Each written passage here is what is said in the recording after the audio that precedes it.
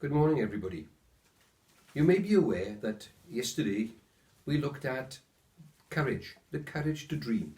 And all this week we're going to look at courage in different ways. Today I want to talk about the courage to continue. When the Israelites reached the promised land, they discovered they would have to fight to enter it, fight to enjoy it, and fight to keep it. That's why God said to Joshua, be strong and have a good courage. Remember, I said yesterday 4 times in the opening chapter of Joshua, it says, be strong and have a good courage. And on one occasion, be strong and very courageous. One translation says this, be strong, banish fear and doubt. Remember, the Lord, your God, is with you wherever you go. Listen to what Paul says in Ephesians. Having done all, stand. The Phillips translation of that says this, and when you have fought to a standstill, stand your ground. So you've got to continue to fight. Continue to be courageous. On Saturday, I was looking at a film, a special film for the commemorative VE Day weekend, if you like. It was called The Darkest Hour. And it catalogued the early days of Winston Churchill's prime ministership and the battle he had to maintain what he felt was the right procedure as the war began to escalate. And in one of his speeches, he says this, you might be familiar with it. We shall fight them on the beaches, we shall fight them on the landing grounds, in the fields and in the streets, in the hills. We shall never surrender. And that attitude, that speech struck a chord with the British people. We shall never surrender. We will continue to fight. One thing he said was this, success is not final, failure is not fatal, but the courage to continue is what counts. God told Joshua to occupy the land, they had to fight.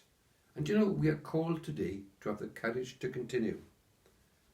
Teddy Roosevelt, another famous man, said this, nothing in the world is worth having or worth doing unless it means effort, pain and difficulty. Pain is temporary, but quitting is forever.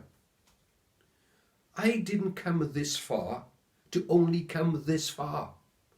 I've got a future in God, and I have to have the courage that God gives me to continue. Have you got the courage today to continue, to keep right on to the end of the road? You always need to have courage to keep moving, whether you succeed or fail in doing something. We need to be brave today and bold. We need to be tough and tenacious, persevering and patient, not giving up, not giving in, until the goal is accomplished. What's that goal? The goal is to serve God. The goal is to be tough and strong. Bob Hoover was a famous American test pilot. He flew Super Sabres. He crashed many times. He fought a fire in midair. He broke his back. And he said this, get back into the cockpit of the bird that bit you. Get up more times than you're knocked down. We've got to keep on going.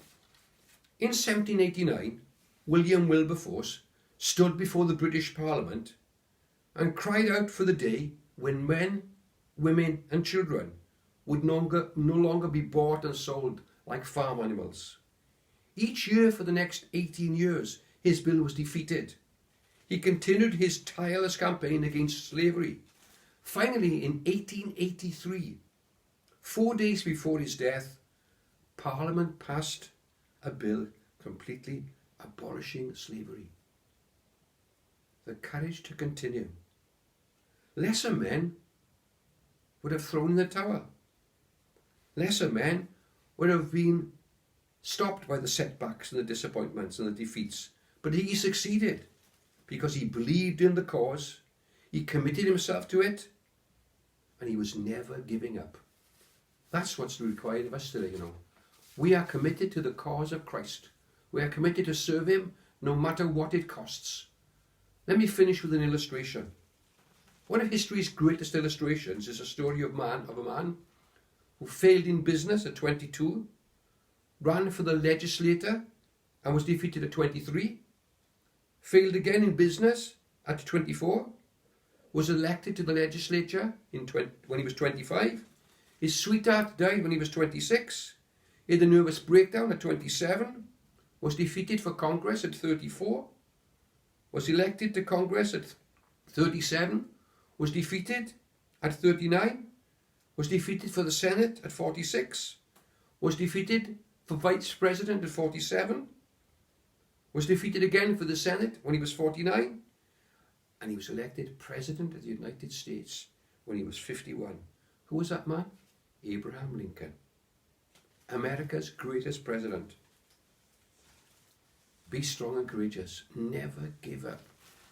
I look back at Abraham Lincoln's brief life story there and think, wow, if it was me, I probably would have given up.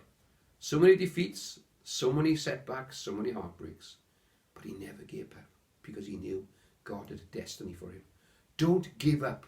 Have the courage today to continue. Let me quote Winston Churchill again to end. Success is not final. Failure is not fatal. It is the courage to continue that counts.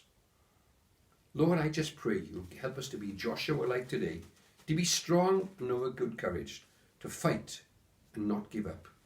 Amen.